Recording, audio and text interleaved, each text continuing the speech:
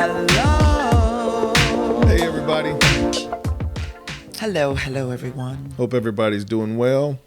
We want to thank you for tuning in tonight to the Hunt for Harmony. I am James Hunt. I am Jacqua. And we are not marriage counselors. We're not therapists, pastors, ministers. We are marriage coaches. And we're here just to share with you lessons that we've learned over the years, the way we've learned to cope with things, to help our marriage be where it is today, get where it is today. And it took a lot. It did take a lot of work. We had our issues, and a lot of work. We hope that we can shed some light on yours to help you figure it out. Right. And as we're doing this, please don't ever think that we are,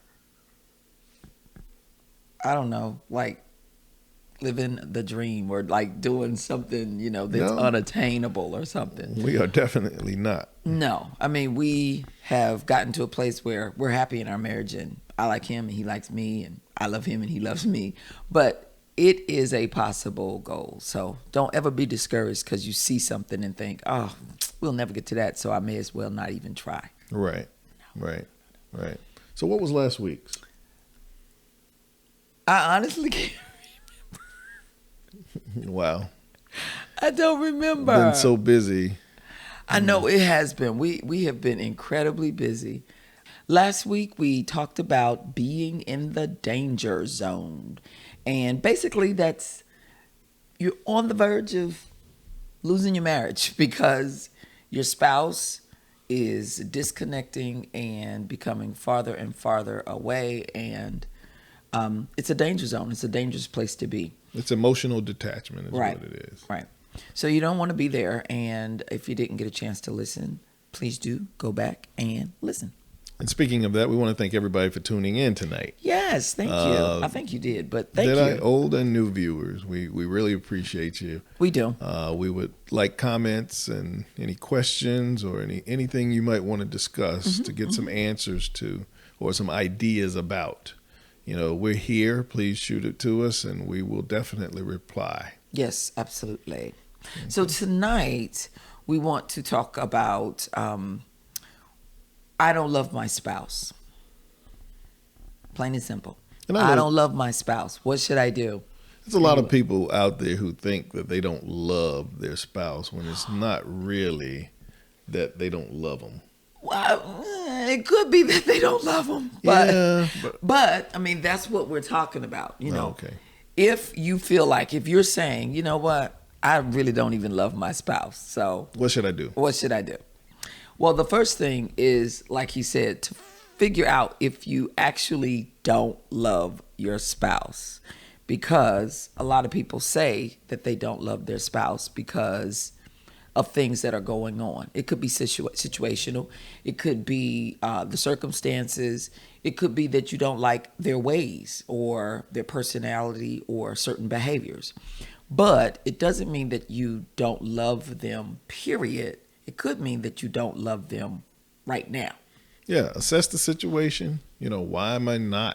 Why do I feel like I don't love my spouse? Is it because of a behavior? It could be a sudden behavior that somebody started having, but you have no idea why. Right. Okay. Right. So if you assess, and then once you've assessed and you figure, you know what, I really don't love my spouse, then I would challenge you with this. Love is a choice. And we've said this so many times before. If you don't love your spouse and you're not prepared to leave your marriage, you got to remember at some point you loved your spouse. I mean, you're married and you're still married. So at some point you loved your spouse.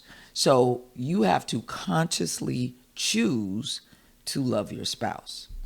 Well, what about the people who say, with all this that's going on, it's not even possible. I just do not love this person. I, again, challenge you because it is a possible task. If you have children, I want you to think about how no matter what your kids do, you still got love for them. You do. And you have to have that same type of love for your spouse. Mm-hmm. I think the difference is you figure, this is an adult. Right. But it shouldn't matter. Mm-mm.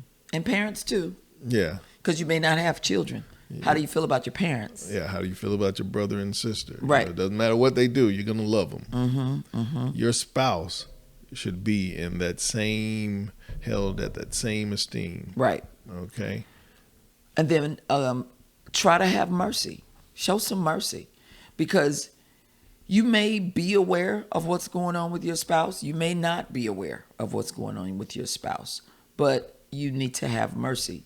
Think about yourself being in that same situation. I was just ready to say, put yourself in their shoes, you know, just to see, okay, how would I feel if this was happening, you know, to me? You know, you have to evaluate all of that, Right? Because a lot of times you will get the wrong message about how you really feel about your spouse, and you're basing it on what you see and not really the important things. Right. So then, after you are able to do that, because you can, take stock of what your part in the marriage is. And don't say, well, I do everything right. Because you don't. I know that's not None true. of us do. None of us do. I know that's not true. Right. So take responsibility. Identify what your part is, what you could do better, how you might be perceived a certain way because of something that's going on, or how you respond. So take responsibility. And a marriage is never one person's fault. One person might be doing more damage. Now, I will say that. Right. But yeah. both parties play a part in it, and you got to be honest with yourself about your part. Because if you're not honest with yourself about your part, nothing else is going to matter. Nothing. Nothing else is going to matter. Now, here's something that's big that a lot of marriages start out, you know, thinking, or the problem that they start out with. People will get married thinking, I can change him. Oh boy. I can change her. That's first strike. Right. Because you cannot change. go into a marriage thinking you're going to change anybody. Okay? You will never change your spouse. Okay? To me, the only way your spouse is going to change. Well, let's see. I said, Let me see if I agree with what you're ready to say. Well, I say two ways. If the Lord gets to him or her, Right. and say, hey, you need to fix this. Right. Or, But your spouse is going to have to make a conscious effort to Right. change, a Right. conscious decision to say, hey, I am going to make this change. right. That's the only way it's going to happen. There is nothing you're going to say, nothing you're going to do to try and get them to change. If anything, you're going to make them be more who they are because they're going to want to do just the opposite of what you want because they don't want you to win. And they don't want you to be happy. And they don't want you to be, and unfortunately, that's how marriages are. It's a competition. It is. You know, I want to win this thing. And it's not about winning or losing, you know, not individually, Right. but as a couple, winning and losing is important. And you want to win as a couple. Okay? You want to win as a couple. Yeah. So don't focus on changing your spouse. Focus on changing yourself. You will forever hear that from us. Right. Because you can't change another person. And then finally, share with your spouse what's going on. And that will be a tough conversation if you do it in the right heart. Right. We're not talking about, you know, in the midst of an argument, telling your spouse, you know, I don't love you no more anyway. Or I can't stand you. I hate your guts. Go to your spouse and let them know, you know, I don't like who you are. Yeah, I'm feeling different about our marriage because of what I'm seeing. Okay. And hopefully your spouse will say, okay, what you seeing? If you Right. go to them in the right way, they're going to ask, well, what are you seeing? Right. Or what are you talking about? What are you talking about? And you have to not let them shut you down. Share. Be open, but share from the right heart. You're not trying to, you know, bring somebody down a peg or two, and you're not trying to get them back or anything like that. You're really trying to share your heart and what's going on and why you're feeling the way that you're feeling. That's very well said, because the first thing you're going to encounter when you go and talk to your spouse about something that you're seeing, hey, they're going to put up their defense. I'm ready. They're going to clap back at you because I don't like you either. Because they don't want to be the blame. Right. Right. They don't want it to be their fault. Right. So it has to be approached in the right way. Okay. So go in the heart of reconciliation. Go with the heart of truly trying to fix the problem. And understand, because whatever they tell you, whatever response they have, you have to be willing, instead of reacting to what they say, is think about it. Right.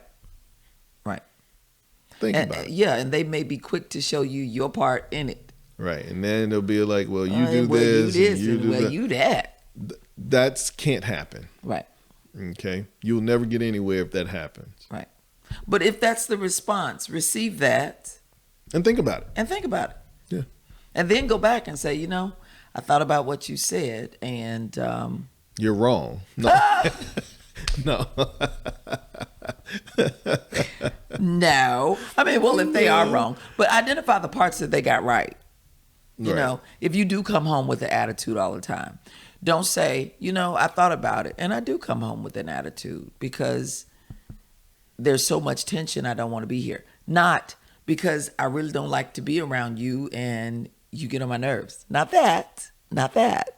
But there's so much tension and we don't really get along. So I do not like coming straight home from work or whatever it is. Right.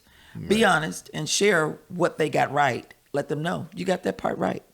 Because then you're extending an olive branch and you're giving them a bridge, and they'll meet you halfway. But the last thing I have to say is, do not expect your spouse to be who you want them to be. Yeah. And therein lies the issue. We want our spouses to be a certain way. Thing. Mm-hmm. Accept them for who they are. Now, do we need improvement in some areas? Definitely. But if you can talk about this thing over a period of time, what if you tried this, or approach their shortcomings in a different way? Right. Then it might be received in a better way, and they might consider, okay, yeah, you know what, maybe I should do this. Right. Yeah, but if you attack, they're going to defend and attack back. Be ready, but don't go that way. Yeah, don't do it. Don't go ready to fight. Don't do it. Leave the boxing gloves in the closet. Right. All right. It's easy, quick, and simple. Ha ha ha. Psych. It is quick, but you can do it. But it takes time too. It does. It takes time. It takes time. You have to discuss these things over a period of time. And you're not going to make a change. Your spouse is not going to make a change overnight. I mean, you can decide to change overnight. Yeah, you can make a decision. But for that to truly be a part of who you are, it takes a little time. Right.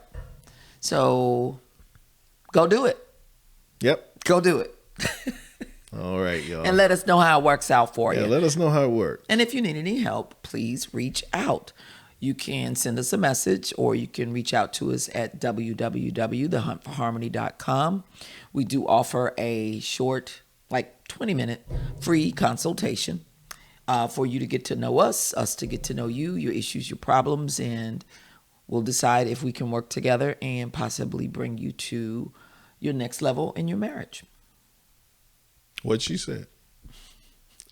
So that's it.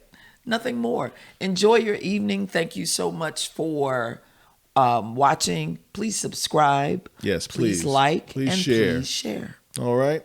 All right. We'll see you next week here, 7:30 on The Hunt for Harmony. We look forward to it. You guys have a good week. Have a good one. Bye-bye. Bye-bye. Oh, I sound horrible. Why'd you don't sound that bad? I do. I sound like